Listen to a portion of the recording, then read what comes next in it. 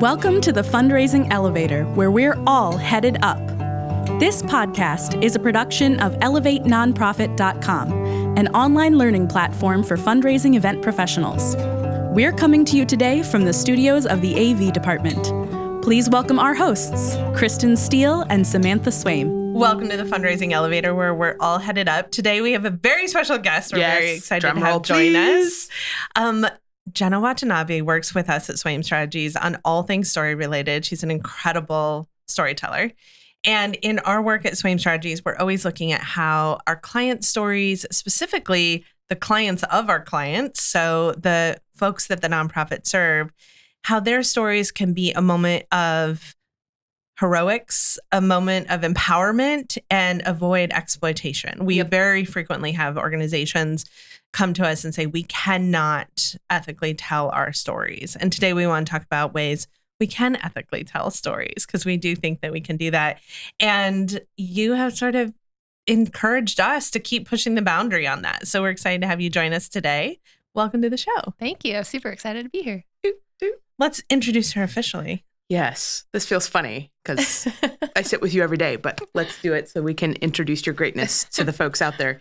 Jenna Watanabe, she, her, believes in every person and organization has a story to tell. Her mission in life is to support people who want to share their own stories, especially those who have been historically swept aside, erased, or forgotten, and transform the world from apathetic to activated.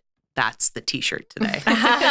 For nearly a decade, Jenna has worked with nonprofit leaders and organizations to elevate causes rooted in social justice. Her empathy superpower led to her current role as story producer at Swaim Strategies, where she partners with leaders to build compelling programs in the most impactful and ethical way possible. Jenna's expertise ranges from speechwriting, script writing, and video conceptualization and narration to copywriting and event marketing strategies. While she is passionate about many causes, she is especially driven by missions that uplift communities of color, protect 2S LGBTQ plus rights, and eliminate homelessness. So basically, she's a badass. That's what we're saying. Total badass. And all things stories, causes that are near and dear to us. So glad to have you here. Let's build the big frame for everybody today. I think there's a lot of buzziness about storytelling. And then when we kind of get into the trenches of that, it's like, what's ethical? What's not ethical? So what are we actually talking about when we talk about ethical storytelling? Yeah. Well, first, I want to say thank you so much for having me. Sure. Super excited. One of my favorite episodes is the one where you were talking with Zarek and Kelly at the Elevate conference. So y'all, if you haven't been to Elevate, you got to go, March 2025. But it was so great just to hear, this valuable resource for development professionals. When I first started out, I didn't have resources like this. So I love that you have created this and y'all are doing some good stuff here. So thanks for having me. But to answer your question, what exactly is ethical storytelling? So first of all, we're talking about this in terms of, the context of nonprofits telling stories that help connect donors and supporters to their mission, right? So we're not talking about stories that you're telling over a campfire. Right. Right. But if you want to be ethical about those two, thumbs up. That's true. Yeah. There is a right way to do it. Let's pour some cocktails and do some storytelling. I'm down. Yes. But I would say ethical storytelling, there's kind of 4 parts to ethical storytelling. Okay. I think first, and this is something, Kristen, you've talked a lot about at Elevate conferences, is making sure that you're always centering the storyteller. And how do you center them? Let them tell their story. Right? We're not there to tell the story for them. We're not there to, write out statements that they have to then use as a testimonial, right? That's not our job. Their job is to just share the story. And our job is to empower them. I would say the second piece is making sure that we're celebrating human dignity. Yeah. That's a big one. If you think about, let's see, in 2009, there was a TED Talk by Chimamanda Ngozi Adichie, and she talks about the danger of a single story. Yeah. And she is this, brilliant author, and she went to college. She came from Nigeria, met this college roommate who was very well-meaning, but didn't know that much about her country. The well-meaning. Yes. Exactly. And, was really surprised when she said, "What's your favorite music?" And she pulled out a Mariah Carey CD, and she asked, "Do you have houses where you live? Did you have a car where you live?"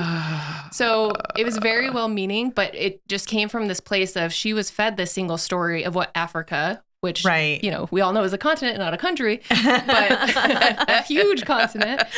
What, this one thing that she learned about this country is everyone that lives there, this is their experience. And so she even talks about her own personal experience where She had a family that lived close by, and her mother would always tell them, well, they're a poor family. They don't have very much. And she remembers going over to their house once and being surprised that they had created this they weaved this like beautiful basket or a tapestry. I can't remember what it was, but she was really surprised that they did that, because she was like, well, I only thought of you as being poor. I didn't realize that you had the capacity to do these other things. So she even, she talks about that in terms of making sure that we know these are whole people, right? Yeah, this is not just one experience and that's it. These are whole people. So treating people as if they are this multifaceted human being, which they are. Yes. And more than their experience, right? Well, and sometimes the organizations, when they're intersecting with folks and providing a framework of support for them to thrive in, those folks are coming at a moment where they're feeling a deficit. Mm-hmm. And if we only define folks by that moment of deficit, we're missing everything. Yeah. And it just highlights differences rather than similarities that we have as human beings, right? I think the monolithic story is interesting too, because so often we're speaking about cause-based storytelling, right? And so when we're talking about, let's say, for example, in your bio, you work with a lot of organizations that are impacting houselessness. Mm-hmm. So let's say we're telling the story of someone who experienced houselessness. We're missing out on the opportunity to understand all of the contributing factors, as well as who they are as a human and their own like dreams, desires, perspectives, if only the housing story is the story. Yep. Mm-hmm. And so I think that's a really valuable, important element, because it actually helps our donors better understand the root causes if we understand the layers, right? Sure. If we understand all those intricacies, and it's not just this moment happened, lost housing, met organization, regained housing. Mm-hmm. If we understand the duplicity that people go through, the challenges that people are having, it helps us better understand all the systems at play too, mm-hmm. as well as their own sort of empowerment, their own strengths, their own dreams. Mm-hmm. So I think that's a really important element that sometimes I actually don't know that we examine enough. Yeah, mm-hmm. Agreed. Absolutely. And I would hope that most nonprofits are doing the work because they hope that they're just a really quick blip in someone's journey, right? Yeah. They're not there to be a part of their entire life. The idea is that if you are houseless, you get provided a home, you move into the home, but then what is made possible after moving into that home? What kind of life do you get to live because of that? It's not necessarily just about the home. Right. Yeah. Even though that is super important. But Yeah. All right. Number 3. Number 3. So, I always say when you are talking about a storyteller sharing their story, enthusiastic consent every step of the way is super important. Yes. We can get into a little bit more details as to why, but that is a huge part, I think, of ethical storytelling, is always making sure you have those check-in points with your storyteller. And then the last thing I would say, the fourth thing would be, if you're familiar with Kimberly Williams Crenshaw, her term of intersectionality. Yeah. I'm going to actually read a definition of it because this does better than if I tried to recite it. But the concept of intersectionality describes the ways in which systems of inequality based on gender, race, ethnicity, sexual orientation, gender identity, disability, class, and other forms of discrimination intersect to create unique dynamics and effects. I think that's also just as important as individuality. Yep. Yeah. So we can understand all of these systems, but we also need to get to know that individual at their individual level. It's not just, well, I've read something about how you might be oppressed by this thing. We don't need to, over-represent that or over-highlight that. Let's get to the core of who they are. And that comes from centering your storyteller. Yeah, I was going to say, it loops all back to your first point, centering the storyteller. Mm-hmm. It's the not trying to manipulate or co-opt or coerce. It's letting them tell their story the way they want to tell it. Mm-hmm. Exactly. I think what's interesting, and that I'm kind of having a light bulb about too, is that intersectionality is how you can often get out of this monolith single story narrative. Yeah. Mm-hmm. Right. Yeah. There's this want to flatten things for simplification. Also, it's a lot sometimes to hold all of those pieces, but when we don't do that, we're not seeing people in full. Yeah. Mm-hmm. Absolutely. The other thing, I want to go back to consent for a minute. Yeah. Enthusiastic I know, that's consent. my favorite topic. I'm like, well, because I think folks out there, I just want to outline for them that consent isn't something that happens once. It's an active, dynamic space. And so I think often organizations think if someone is in service, if a client has come into service or is receiving whatever the assistance is from the organization, there is a level of consent there. But that consent doesn't mean then that you get to take their story and pass it around and talk about your impact. It's that you actually go back to the person whose life experience it is and tell them what's happening and if they want to participate in that story share. Yeah. And we're going to get into all of those details later. But I think when we talk about consent, I think some people just think like, yes, they're in our organization. Right. That it's the fine print. When just because you're using the credit card doesn't mean that you get all the other things that sometimes happen with that. And it's our job to keep people safe and to continue to not re-traumatize them and to keep them moving forward on their journey to continue to have conversations about their story and how they want to tell it. Well, I think to your point too of not having like a single story we're telling, one of the single stories we tell ourselves often in the nonprofit sector as a whole is in domestic violence, we don't share client stories. In recovery, we don't, like there becomes this sort of universal. And I had someone who had lived experience who worked in the housing and recovery space and said, telling my story was very much a part of my healing journey. And the first thing I wanted to do was give back. And the second thing I wanted to do is share my story from the rooftop so that I could impact other people. And he is. I mean, we've worked with Alan for a long time, and his ability to tell his story and share his story has transformed what's been possible in his community. So I think it's always a challenge when we sort of establish nevers in the sector that doesn't allow for the nuance of people to actually have a voice in the process. Absolutely. I think that one of the challenges sometimes is we are working with a development team who's looking for a story out in the program side, and the two sort of land in a state of conflict. And there is a assumption that the development team won't take good care or steward the storyteller. So from the perspective of the development person trying to secure those stories, have confidence in telling those stories, tell those stories well, why is it so important that we focus on ethical storytelling?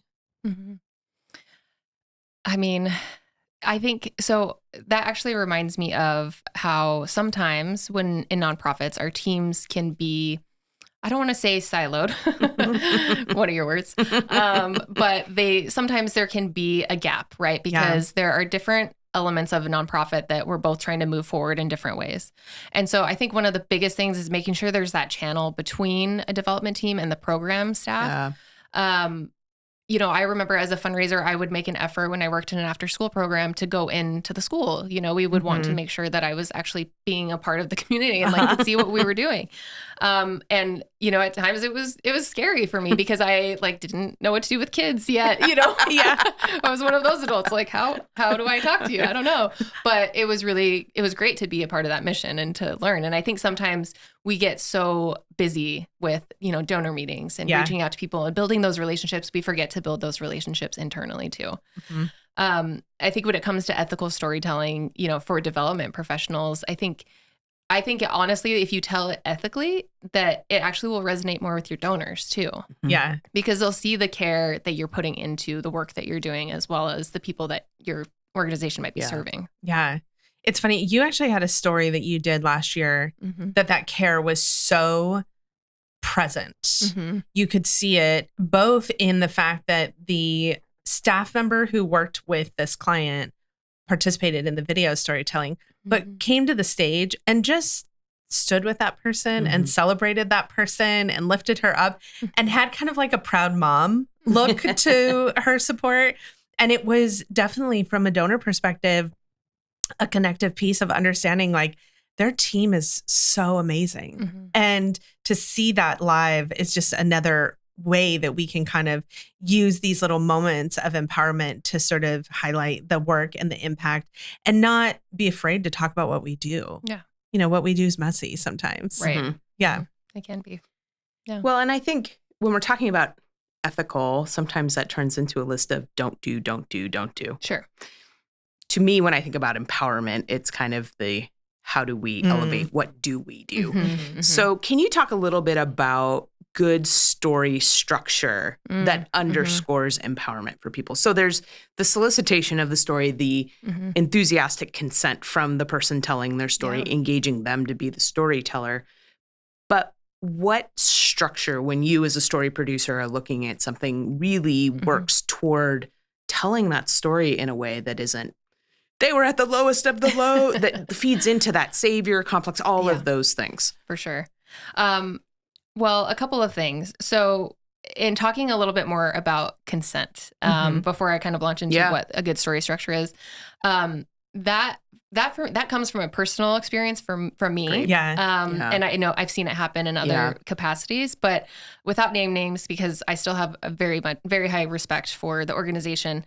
There was a time where I was invited to share my impact story. And unfortunately, the story was about, getting groped in a workplace. And so it wasn't something that I necessarily wanted to just scream from the rooftops and tell everybody all the time. But I was more than happy to do it in a couple of different instances if it meant that it was going to help further the work of the organization. Right. And so it was actually really cool starting out. I was, flown to a conference to speak on stage, and I got some public speaking experience, and it was a super supportive environment. I flew to DC and did some, advocacy work, and I was invited to be a part of a video, right? And so there were all these amazing moments, and then there were all these amazing moments until there weren't. And basically what happened was when I was at a location and we were doing some organizing and, just trying to raise some support, I was close enough to where my brother lived at the time, and I hadn't seen him in years. And he had 5 kids at this point. And 2 of them I had never met, so I was like, if you can drive down, I would love to see you. And so he made an effort, him and his wife and his 5 kids, all my adorable nieces and nephews come down. They're visiting. They walk on and we start talking. And then all of a sudden someone from the organization comes up to me and says, Jenna, it'd be really great if you could share your sexual harassment story tomorrow. And I just looked at my brother and the shock on his face. And my embarrassment, I can't even describe how much of that moment still lives with me. Because I hadn't seen him in a long time, and it just felt like a very out of place. You could have pulled me to the side. Right. We could have said this privately. I think they may have assumed that they were a part of, the organization. Yeah. So I don't want to fault them, but it could have been handled much differently. But I feel like that kind of was the beginning of the end for me in wanting to continue supporting. Yeah. And I realized, I want to be more than just what happened to me in this one moment. Yeah. And so I want to control when it's told and how it's told. Exactly. Yeah. And I'm done telling it. So let's move on now. Well, it's interesting because I think one of the things we've often talked about is consent, the importance of consent. And consent is more than a form, and a consent is something that can be taken away at any time, right? But the thing that you've pushed us a little bit on is it needs to be enthusiastic consent, like not just yes, but hell yeah. And it needs to be regular and often, where in any instance that the story is being told, that there's a confirmation and a willingness. Yeah. So an example, we often will encourage nonprofits that if you are investing the time and energy into a really compelling story and all the money into a video product, that can be used in other ways. The concern, though, is did you get confirmation from your storyteller that they're comfortable with that? Are they okay with it living on the internet? That's something that lives in perpetuity, you know? And so I think it might be more comfortable to tell your story in a safe environment in front of 100 people on a stage. But when that gets recorded, captured, and then lives in another setting, if it can be modified, edited, condensed, and clipped into an out of context setting, those are all things that we have to consider when we're asking people to tell their story. So to your point, it wasn't just that it had to be a hell yeah. It had to be a hell yeah every single time you told it in any format, so that storyteller always has the ability to say, not there. Well, and what's curious to me about that moment, 1, I hate that it happened to you, but 2, that's their frame for you. Yeah. And that, I think, if folks walk away with nothing from today's conversation, it's that. Yeah. Please don't continue to frame people by what's happened to them by a single experience. Yeah. Right.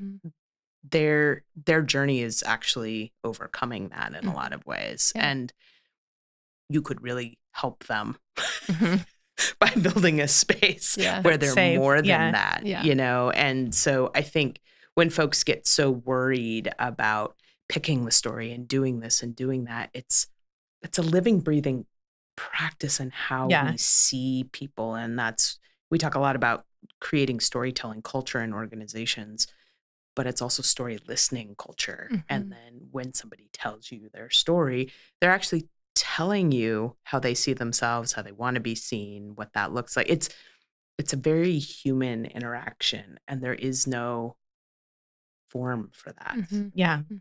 But I think we have to continue that practice. So whether it's a story happening on a stage or not, or somebody just in conversation with you, it's about what does that practice look like so that that we're not defining people in one way. Well, I think too that I've seen a lot of organizations adopt a rule set for storytelling. And I even think that is a barrier to an empowered story. Sure. Because the rule set often is like, we will never do these things. We will never do these things. And it's full of nevers, right? We will not. And then the storyteller arrives and is like, no, I want people to know this, or I want to share this. Yeah. And if we say, no, we don't do that, we're now again exploiting and taking away their voice and limiting their storytelling. So I think it's important today that we talk about the structures and the tools, but I also just encourage folks to keep, like you said, just the continual practice of evaluating, are we showing up for this person and really supporting them as wholly and robustly as we can? Yeah. Like really simply, do they feel good about this? And is every moment and step in this process something that they feel good about? Yeah. I mean, that to me is at the core of the practice, right? We can easily get going really quickly. We're moving quickly into our event and we're like, whatever, cool, checkbox, right? We got the video, we're done. Right. But did we show the video to the client in advance and get their approval on it? That's a huge one. That's a huge one. We had an organization recently who the individual story had a lot of trauma in it, and they didn't show the video in advance to the client. So the client had a very honest and probably little too public of a reaction for her comfort level live at the event as a guest at the event. And it was just an oversight. The organization was quickly moving into details. But I think that control was suddenly taken out of her hands, and having the ability for the person who's giving their time to us to tell their story bravely, be on that journey with us, also has to be a part of the process and can't get like glazed over as you're moving quickly through the event. Yeah, absolutely. And I think in terms of like thinking about a story or thinking about what the story structure could look like, as you're looking at for a potential story, timing matters a lot. Yeah. Right? We don't want to re-traumatize somebody who's still in it and still experiencing it. So maybe give it a couple years. Check in with them, see how they're doing before, be able to recognize, the signs. If you are talking to them and it seems like they're reliving it, educate yourself on what that might look like. Yeah. Or have great video teams that know how to do that. Yeah. I think also thinking about, are we perpetuating stereotypes? Yeah. Right. Or is this overrepresentation? Or I like to think about, like, are we challenging stereotypes? Yes. Like we had a client who recently, their appeal speaker was for Black Parent Initiative. And their appeal speaker was single father of 2 daughters. And they were like, one of the reasons why we're excited to share this is because it speaks to the whole absent father myth that is getting perpetuated in society. And it was just a really beautiful moment to see his story and then for them to be able to celebrate him at the event. Yeah. So it's like there is a way to do it well, that you're challenging these stereotypes and you're using your work for good. That doesn't feel like it's exploiting anybody. Yeah. I agree. I think you just tapped into something though, which is kind of that hero moment of how do we not just share their story, but also like hold them up. Yeah. Can you talk a little bit about what that hero moment can look like in the event and how that can be kind of, used as a moment of empowerment. For sure. Yeah. So depending on the client, depending on the nature of their story, if it's sensitive, whatever. And also, of course, we have permission. We always like to say, invite the client or invite the speaker, appeal speaker, to come to the event. Comp a ticket for them, tell them they can invite a friend or two so that they have someone there to hang out with them. And if they're comfortable, we'd love to have them come to stage after their video plays.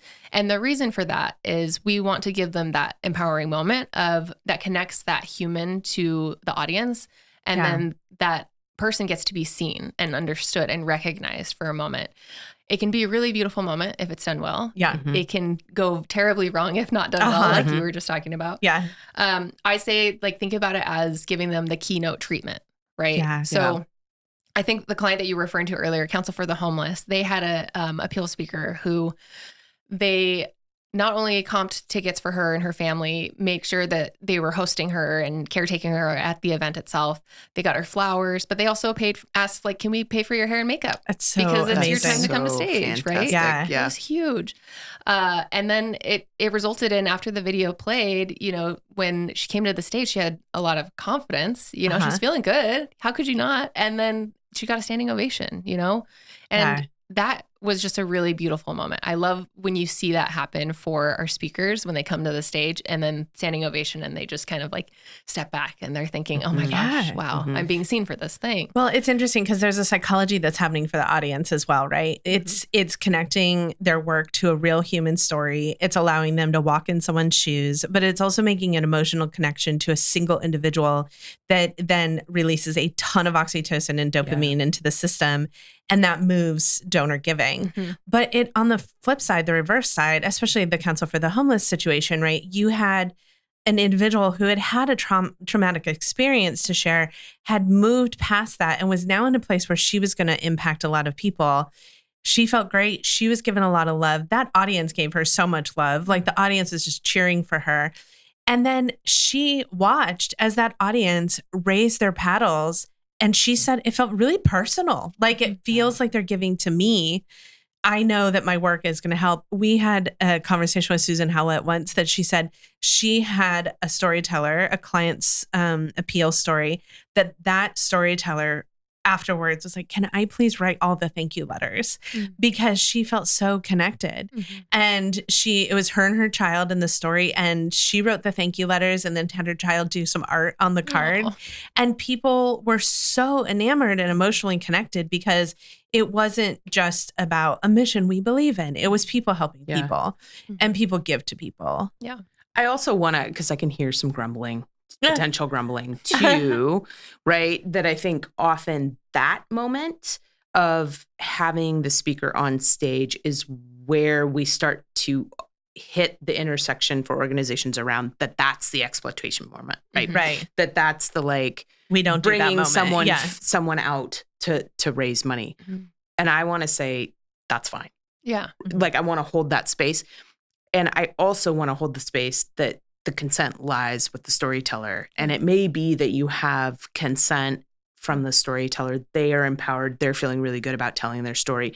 And that moment is where it crosses into something else for them that they're not comfortable with. Yeah. Great. Yeah. Let's hold that. That's true.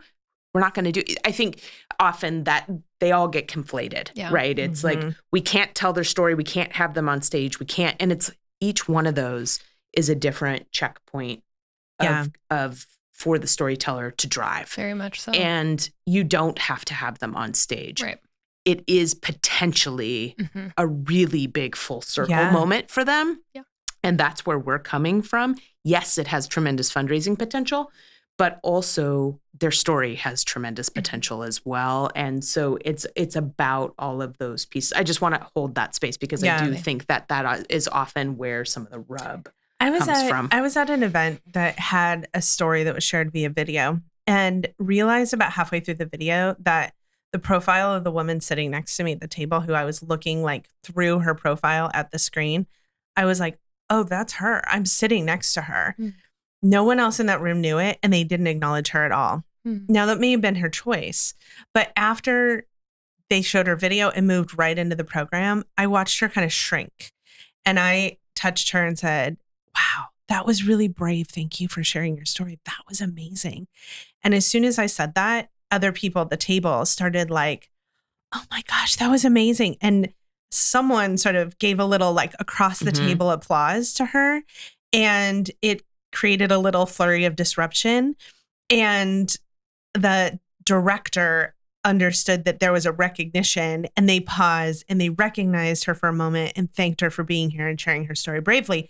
And it could have just been like this missed, overlooked moment. And I think that while someone may not feel comfortable being on stage, there is also a really beautiful way to acknowledge that if they're sitting in the room, they're still a real person with us. Yeah. And we've had organizations walk flowers out to that person and thank them for bravely telling their story, or to say, let's say Jenna's really shy, but Jenna's sharing her story tonight.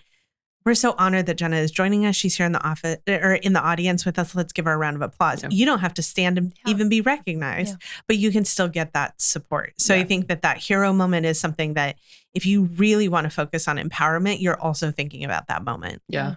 Yeah. And I appreciate you bringing that up too, because every time I go to an event and I'm stage managing speakers, one of the first things I do is find the appeal speaker, thank them, for coming and agreeing to be a part of the program, and just checking in and saying, how are you feeling? Yeah. Are you excited or are you nervous? If you're nervous, why?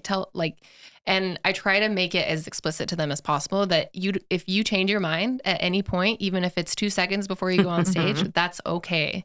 Yeah. We would love for you to come up if you feel like it's empowering. If it's anything but empowering, tell me. Yeah. And we can do something about that. Yeah. Because you can. Yeah. There are other alternatives. So what are potential things that folks might be doing that are actually disempowering and they might not even know it? The big one is sharing someone else's story. Yeah. Can you talk about what that might look like? Yes. I mean, I think we do it all the time, right. but it's interesting to me because I have had it pointed out for me in my practice over the years, and it's something I didn't see. And once you see it, you can't unsee it. Oh my gosh, I can't ever do that again. Yes, but I think calling it to the attention is helpful. Yeah, I think sometimes we have organizational speakers that mean well, and we know that people emotionally connect to stories. And so it can be really tempting to, if you know a certain story about someone who has been impacted by your organization, but they haven't necessarily shared their story ever, they've never shared it publicly, or they're not in a video, it can be tempting to be like, you know what, this reminds me of so-and-so, who they came here, they didn't have anything, and then we helped them, that... It becomes the danger of the single story, right? And the savior story. And a savior story. Yeah. It's just, there's all this ick all over it, And I actually think that's the reason why, we're hearing more schools of thought from like community-centric fundraising, where people are thinking, should we be getting away from the single story and do more like a general like story about the community and the impact it has? Yep. But I think that came to be because we were doing single stories wrong. And I think there is absolutely opportunity for both to happen. Yep. But I would say sharing stories that aren't yours. I often say too, if you feel compelled to share one, to get your point across, you could probably do something else. If you absolutely, absolutely must, which you probably don't, but if you do, keep it anonymous. Yeah. Don't share someone's name. Don't say where they live. Yeah. So it's interesting because I see it show up in other ways too. Sharing other people's stories is by far the most disempowering thing you can do. But I also see it show up in things like they didn't share their story the way we wanted them to share their story. So now we're going to get another voice in the mix to share their story for them. Right. Mm-hmm. So you interview a client, you ask them their story, they share it the way that they feel most comfortable sharing it. And you're like, well, they didn't talk about this trauma and this impact and this result. So we're going to bring in a program director to talk about, well, when they came into our program, they had nothing and now they have everything, right? And that frame just took away the autonomy of the individual to tell their story. Mm-hmm. So I think you can include other people in the story, but I think it's something that the storyteller should know and then have consent in looking at the story afterwards. If you're doing a video element, the other thing that I see often is that a video is created and the person is never included beyond that. They never see it. Yeah. They're never asked for permission to show it. They're not invited to the event. They're not, included until they see it show up on YouTube. Right. Yeah. So I think it's important for us to check ourselves and our work all along the way. Well, and I appreciate you saying that. I think that is the work. Yeah. Right. I think it's your programs, but it's also how you are in the work and how you are talking about the work. That is also speaks to your mission. And you are showing people at every turn how you treat and see people in doing that work. Yeah. We're going to take a quick break and thank some of our amazing partners. And when we come back, we're going to get into a little bit more of the weeds around empowering storytelling. We'll be right back.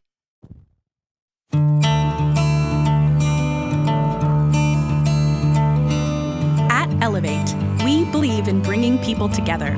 Our online learning platform for fundraising events has webinars, workshops, downloadable tools, and more designed to save you time and stress when planning your next event.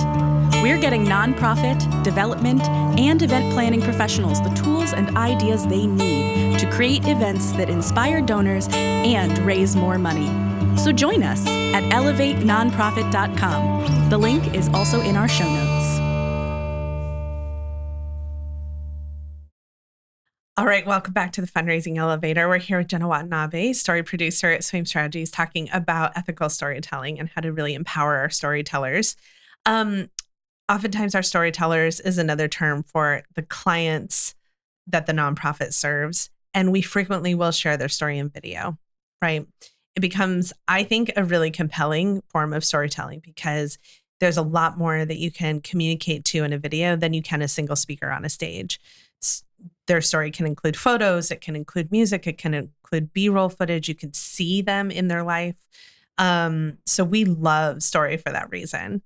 We also are very specific about picking really good trauma-informed storytellers and video partners that work with us to help create those videos because we think that that's an important aspect. But when you think about the video process, what are some of the things that our nonprofit friends could start to build into their process around a video, whether it be from who their partners are to what they go through with their storyteller to make sure that they're really centering and empowering their storyteller? Yeah, love that question. Kind of going off of what you were saying, number one, get yourself a really good video partner. Get yourself a good partner. Get them. Shout out to AV department, ZP Productions, all great video teams that we've worked with in centering client stories. Yes. And I want to also just speak to a little bit more about why video is such a powerful tool. Yeah. Especially when someone is sharing an experience that's probably very vulnerable. In a video setting, it's a more controlled environment. The storyteller has an opportunity to say, this is where I'd feel the most comfortable filming. This is who I want to have there with me while I'm filming so that I feel, like I'm taken care of or that I have someone trusted there. Preferably someone from the organization that they have the relationship with is present while they're doing their interview too. You can create interview questions that are empowering, that help them tell their story as opposed to tell them for it. And I'll talk a little bit about that too. And then sometimes you can do pre-interview phone calls, which are just an opportunity to say, thank again for being willing to share your story. Let's talk a little bit about what this is going to look like, and you can go through the logistics of filming day as well as talk to them a little bit about their story and what they're comfortable sharing. Yeah. Right. So that way, when you get to filming, you're not being surprised by, oh, they don't want to talk about this thing or this thing. Hopefully you've already done all the work in the beginning that what they're comfortable sharing and what they're not. In terms of video process, one of my favorite tools that actually Swaim Strategies y'all introduced me to was video treatments. This idea of creating a concept of what you want the final video to look like. And this document is gold. I think that this came out of your partnership with the AV department to think about, okay, we want a story. We want one document where the storyboard lives, where the mission of the work lives, where the interview questions lives. We know everything about speakers, film team, date that we're filming, where we're filming. Filming schedule. Yeah. What kind of B-roll shots we want to get, what kind of photos are available to us or that we need to go find. But I think a video treatment is clutch when it comes to thinking about incorporating a better video process for nonprofits. I also think that if we have that, it gives us an opportunity to have more time to caretake the process. Yeah. Right? Because we have all the logistics housed somewhere. So now we can just focus on that relationship and caretaking them. Yeah. Yeah. You know what's interesting, I'm also having a light bulb moment on, is that this becomes the video treatment, and that process becomes the way to flip into the empowerment in full, because what's happened to that point is that other people have been telling this client's story to you. So if we take you as a story producer working with, let's say, the AV department, it's the video production team, you're getting this person's story from our client, which is the nonprofit. They're telling you, here's all the things. You're then, and I've learned a lot from you in this process, you're then filtering that into an arc. But you're doing it in a way that isn't all of the gruesome detail, because they may not even approach those pieces. And we're really careful about, often it comes up a lot around outing people, I find. You know, often maybe this client has had an experience with the nonprofit where they've gone through a transition or have been able to come out. But if they're not telling us that, we have to be careful that we don't go in and we don't fortify our video team with that information and have them run in the door and ask a question that all of a sudden we're in very interesting territory. So the video treatment becomes, for me, in a way to kind of more neutralize the story, to be able to create an open space for the storyteller to come into and offer that information. So it's housing a lot of technical information and a lot of other things, but it's also like, how do we not predefine them and pre-tell a story for them that then the video team is like, wait, this is a story we have to get. And they keep hammering on it. And maybe that's just not where they are and what's available. So can you talk about, if the video treatment, the way we think about it, it's the bridge for all the users, right? So it's the nonprofit, it's the video team, it's the person whose story they're telling. Like, what specifically are you looking to achieve there that would be helpful for our nonprofit friends when they're thinking about that process? I mean, the first thing I really think about are the questions that we're asking appeal speakers. And I think the best way to think of questions is to think of like what not to do. Yes, it's true. So instead of this, do this. So a couple examples. Instead of tell us about how hard your life was before you came to the nonprofit, which I know no one would say, but instead of that, you could say, Jenna. That's why it's a rule. I was like, really? No one? I don't think that people would say that. This is why we're having this conversation, right? Totally. But instead of a question like that, you could just say, what was your life like before you came into contact with this nonprofit? What was going on for you at the time? Yeah. Instead of, how did our nonprofit help you? Right? Where you didn't save anyone. We need to ask something more like, what was a partnership like working with the nonprofit? Yeah. And instead of, how did we help you like make your life better? Then you could just say something like, what is possible for you now?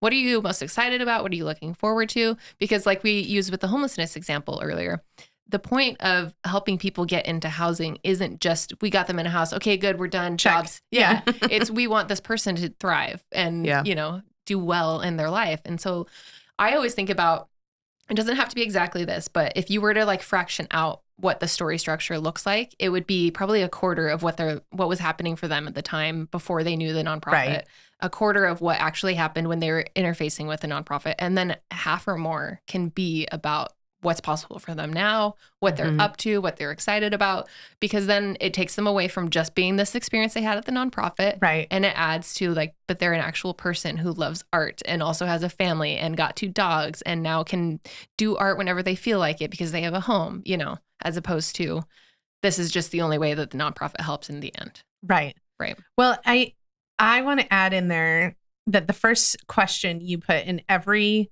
client story treatment is always tell us your story of blank. So for example, let's say we're working with an organization like Make-A-Wish Foundation.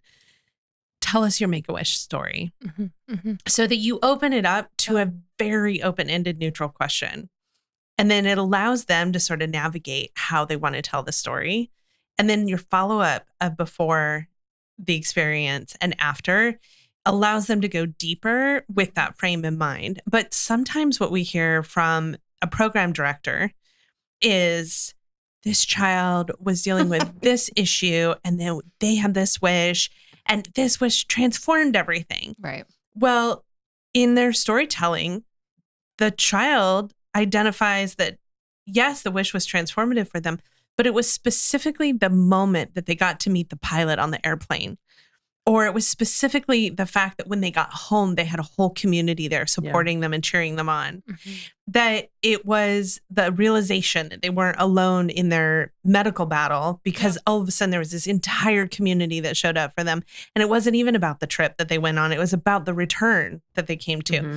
And you won't discover that unless you create open-ended questions and you neutralize the questions so that they can explore it and come to the table with their journey. Yeah. And then you can kind of peel back. I always like the onion analogy, peel back the layer a little and tell me more about that. Because we think through our answer so often in a roundabout way. Yeah. And then once you ask it again, it kind of gets clearer for folks. So I think giving people that open-ended, expansive question and then pulling it back is a way that we can get both, but allow them to still to drive their story. Exactly. And sometimes when you have open-ended questions, the speaker will answer in a way that brings up more details you didn't necessarily have before. Mm-hmm. So there's always that opportunity to say, okay, I heard you mention this. Can we go a little bit deeper there? Or, do you feel comfortable going there?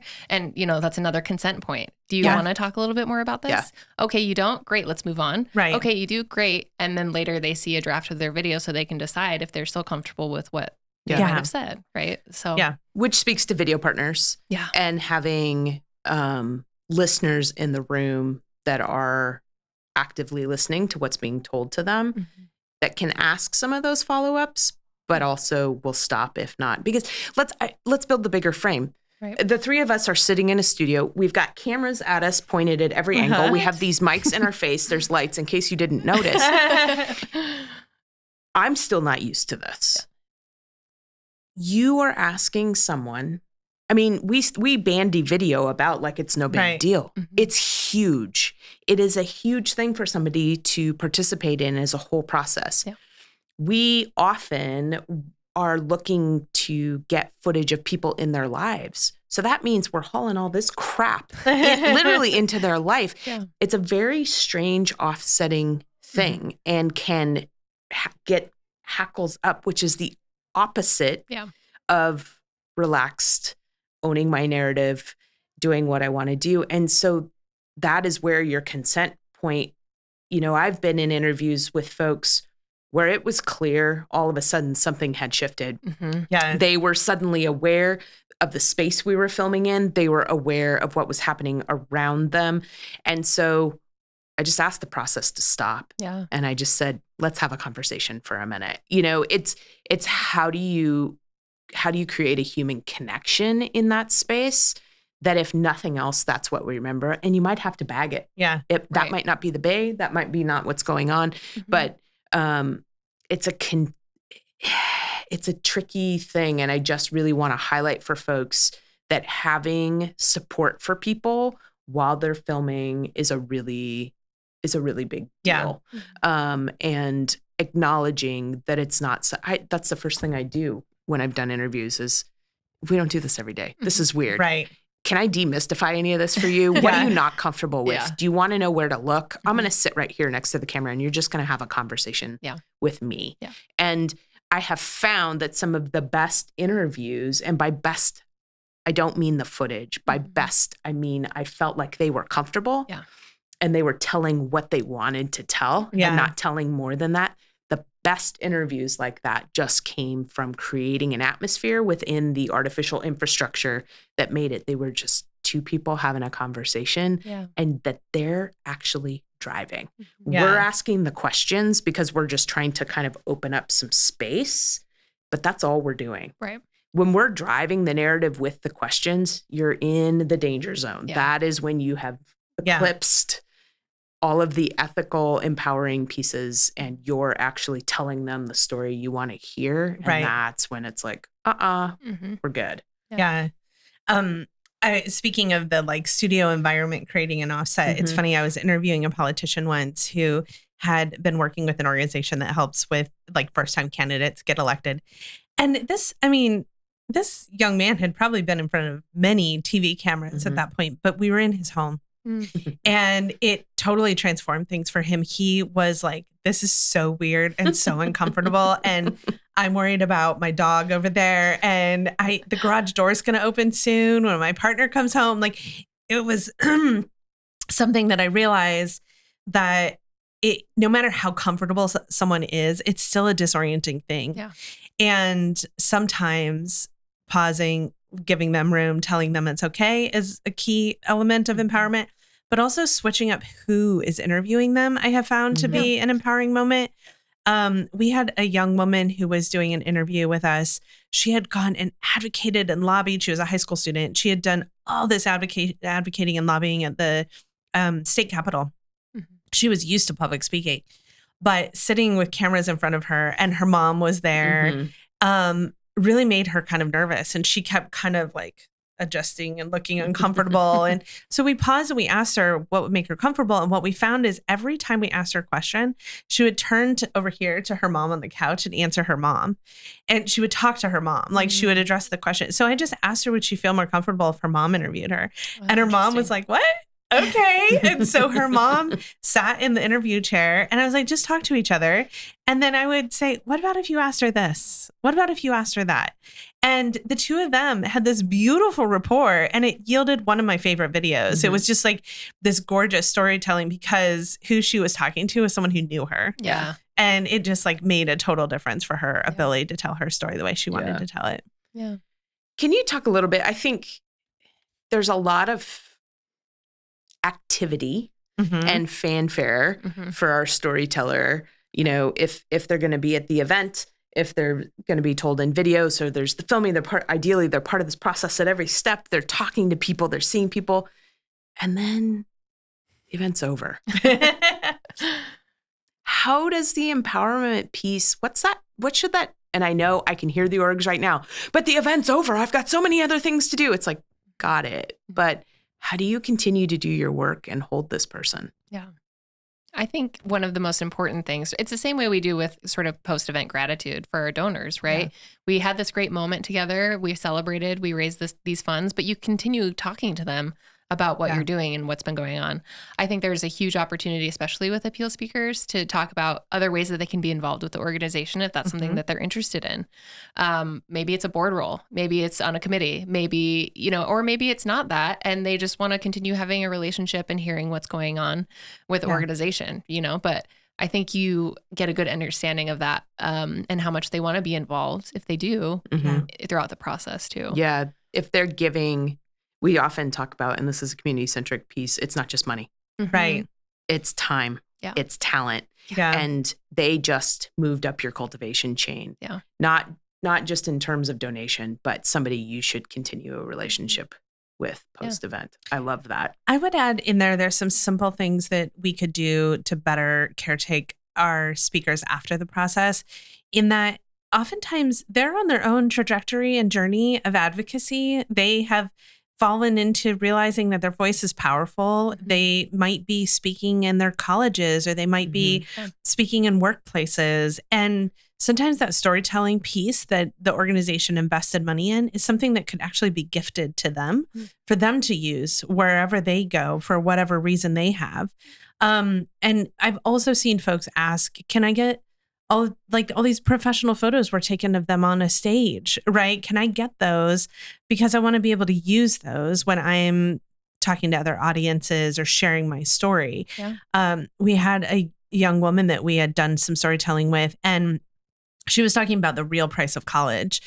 But in her path, she was also planning to write a book about her college experience and being a college student, trying to show up and study and do good and get good grades, but didn't have access to regular food or housing, and was also trying to work 4 jobs to make her life work. And she was on her path to be a storyteller about that experience and was writing a book and was hoping to find a publisher. And now she had this beautiful short video that she could use as a little like, here's my story. Here's a little bit about me. She put it on her website. She had it in her bio.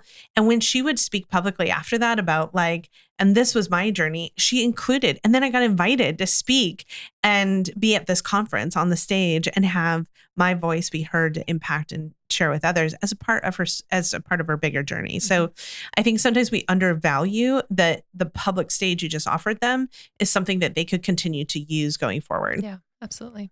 And I would argue that the only answer to that question is yes. It's your story. It's their story. You can do whatever you want with it. They're actually there's very little, if no, discussion about that. Right. Yeah.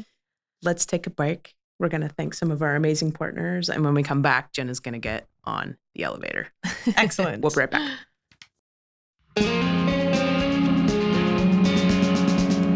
The Fundraising Elevator is recorded at the AV department in Portland, Oregon.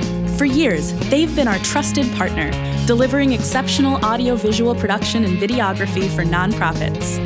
In 2020, they transformed into a dynamic live streaming studio, producing more than 900 virtual and hybrid events. Now, we embark on an exciting journey together to bring you this podcast. Seeking the best in live events, video production, and live streaming, we proudly recommend our friends at the AV department. Link in the episode description. All right, welcome back to the Fundraising Elevator. Before we hop on the Fundraising Elevator, I realize that our entire conversation has been centered around sharing an organization's client story. Yes. But empowerment and storytellers show up in other places. Can you talk a little bit about where in our event programs there are other moments of empowerment that show up and what that looks like? Yeah, absolutely. First of all, I love designing programs for these fundraisers for our clients. And one of the reasons why I love it is because you get an opportunity to share all these different connection points to the mission, right? Yes. We talked a lot about the appeal story. So if we zoom out a little bit and look at what are the other elements that are happening in the program, more often than not, you hear from somebody in leadership from the organization, right? So the ED speech, CEO, sometimes it's a board president, development director, depends on the organization. But I absolutely love speech writing for them because one of my favorite things is in the process, I'm able to get on a call with them. I get to hear about their personal connection to the work, which is always magical, always one of my favorite things. And then also because I'm kind of a nerd, I like to hear how people talk and how they say things, what their cadence is like, what their mannerisms are like. And I get the beautiful opportunity of creating a script for them. Yeah. And I try to make it sound as closely to how they speak and, what they said. And I don't add anything. I just enhance what they said or, restructure it differently so that it has the most oomph. But I always, always, always tell them when I send this to you, please read through this, read it out loud, make all of the edits you need to, because I want this to be you. Right? I'm writing this for you. I'm helping you, but this is you. This is your speech. Yeah. And I think that if they do that, it does come out to be a lot more empowering because it's authentic. Right. Also, not to mention, we've all been to those events where the speakers start reading from their script and then this happens and then no one's really listening. Yeah. Your body kind of just decides that they don't want to listen anymore. Just decides. Yeah. It just zones out. But if you rehearse your speech, if you make it authentically you, and then when you deliver it, you've gotten to know it really well. Yeah. People respond better to that. Yep. And if they're listening, then they're engaged. Yep. If they're engaged, they feel connected. And if they feel connected, they're going to be compelled to give. Yep. Yeah. So absolutely. It's huge. Yep. Speech writing, rehearsing, all of that. Putting it in your own words. Yeah. And any organizational speaker. You gave actually a great speaker coaching tip that I just wanted to highlight because it moved quickly, but I think it's really important is that oftentimes especially like a board chair or an executive director will work on talking points. They will work on their script only in the written format. And then they get up to say it and it's hard to say, right? Trip all over things. They needed another comma there, a hard return. There's 3 words in a row that are complicated and they get tripped up. That oftentimes the listening to it, hearing it, reading it out loud to make sure you can have comfort with it is such a great speaker tip that I think, lots of folks will rehearse by just reading. Yeah. And not rehearse by actually saying. Mm-hmm. And yet in that you'll discover, oh, I need a hard return here. I need a break. I need to change that word structure a little bit. Mm-hmm. So, but also messy and authentic. Yeah. And I get a sense of who you are and that you're really passionate about this and you have a vision forward for this organization. I would take that over well-written firstly, secondly, thirdlies, anytime. I think to your point, I think people structure for the page too and are like, I have to talk about this and I have to talk about that. And then they don't get up and look at the room and they don't hear the room when they lean in, when they're laughing, when they're not laughing. That empowerment moment is about also being who you are, and that I get to walk away with a sense of your leadership or your passion, ideally both, that I think it can be.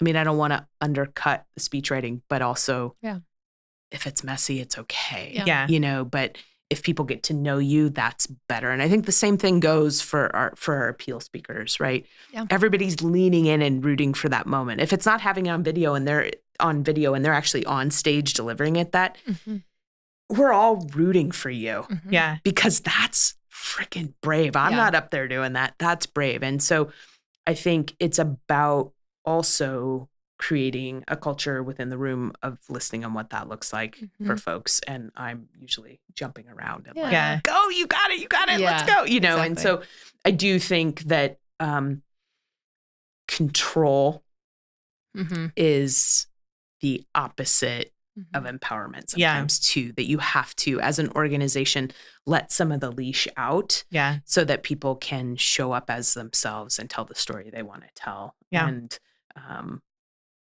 that's where some of the magic is in live events. I mean, we're living our lives in front of each other, right? That's what that moment is. And, especially for people that don't like public speaking, the more you can rehearse and make it feel like yours, the better it's going to come across. You don't want people to be listening like, oh, is she okay? Is she going to make it? Has she ever read this before? Yeah. You want them to be cheering for you, rooting for you, right?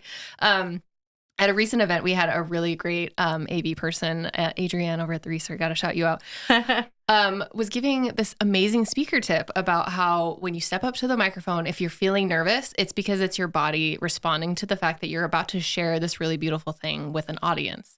And it's wanting to create this connection to the people that are listening to you. So instead of trying to hold on to all that energy in your chest or wherever it is, let it out and find a few people in the audience that you can speak to that help you get those words out and feel like you're sharing that energy with other people. Send the energy away. I love that. Yes. That's so true. So That's good. great. Mm-hmm. Let's jump on the elevator, Jenna. Let's go. We go up to the penthouse first, which great. is, we all know, is where the party is, or Love it. supposedly. I've gone to a lot of great basement parties. But penthouse party, what's an event you've been to that has stuck with you, that was memorable, and what made it great? Oh, man. A lot. I will say the one that totally just came to mind is Black Parent Initiative. They had an event called Radical Black Joy. And I think for them, it was the first time they were gathering in over 4 or 5 years in person. Yeah. But what I loved most about it is, we've always heard that popular thing that people aren't going to remember what you say, but they're going to remember how you make them feel. Yeah. Right? Yeah. And that's exactly what this event was. You felt like as soon as you walked in, you were welcome. You felt like you belonged. It was fun. I can't even explain to you the level of engagement from the audience because they put so much thought into the program about being making it fun, centering folks, centering their joy. Centering joy. Yeah.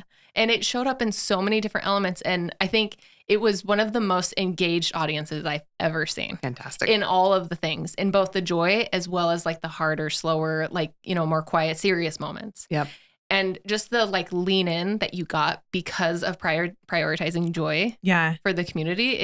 It was an amazing thing to be a part of. I felt super honored to be a guest there and amazing. just witness that. But and what's great about that for all of our development friends out there is fundraising comes when you center human experience and the power of what bringing people together in space can do. And I think often people are just like, well, I don't know, we just got to raise money. And it's like, what if you raise joy? Yeah. and the rest comes. So I think that's I love that. Mm-hmm. Let's jump in and head to the boiler room where all the tools are. What's a tool that you would offer our fundraising friends to have in their toolbox? I can think of a lot. I know there are a lot. Right.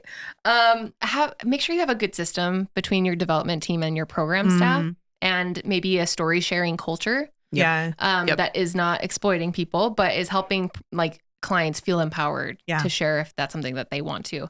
I often find that if clients are waiting until we're planning an event to find a story, if they haven't already been asking or trying to, talk to their clients or their staff about what's been going on, it kind of feels like a mad dash. Whereas I think you can be cultivating that all year. Yeah. I would say think about how you just create those spaces, right? I think that's what ethical storytelling really comes down to at the end of the day, is creating safe spaces. And that's, I want to venture to guess that some of our viewers are, they're in the business of creating safe space. Yes. Yes. So why not do that for, our storytellers as well? And then I would say videos are just a super, super powerful tool. Yeah. Not just for Appeal Speaker, we've talked a lot about that, but also your organizational story. Yeah. And we always like to think about when we're helping clients prepare their videos, how can we take your organization's story and highlight, because there's so many facets to it.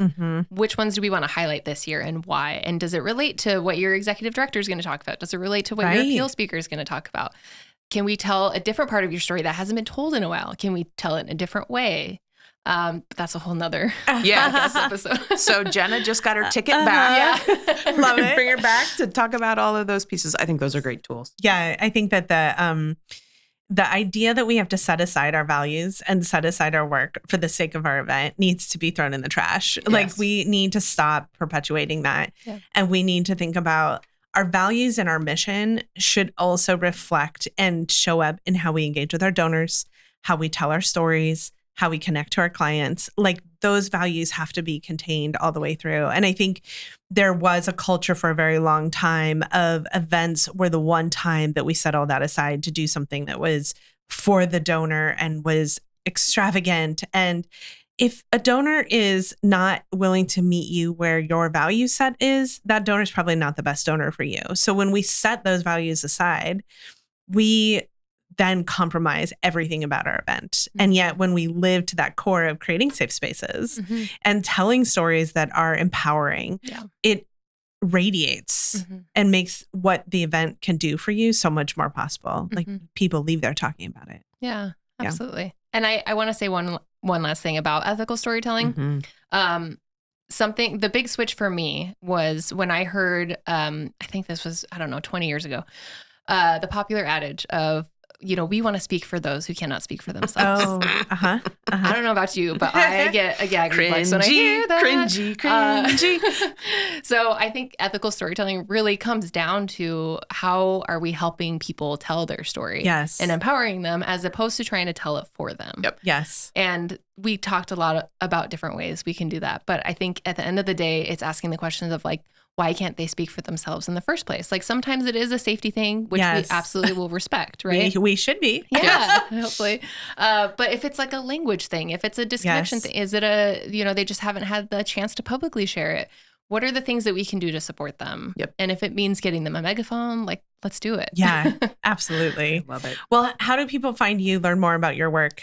What direction would you give if folks are like, I need to know more about Jenna? Yeah. You can email me at jenna@swamstrategies.com. I also have a freelance email. It's storygenerator@gmail.com.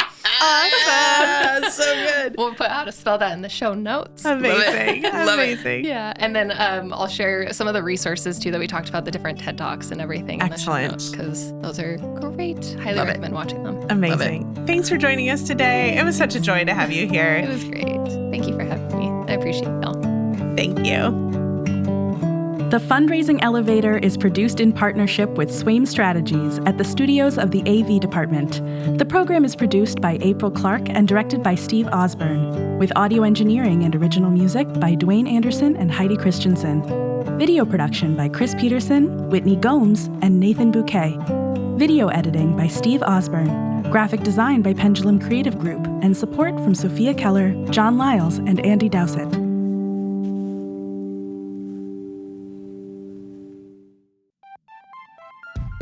Loving the Fundraising Elevator, but wondering how you can talk to Sam and Kristen? Well, now's your chance to do it. Book one-on-one consulting time with Swaim Strategies experts Sam, Kristen, and Mary, and get all your event questions answered. Our team has you covered on strategic planning, fundraising strategy, storytelling, data tools, and registration support. Get the tools and the help you need to make the most impact at your fundraising event. Book at elevatenonprofit.com. The link is also in our show notes.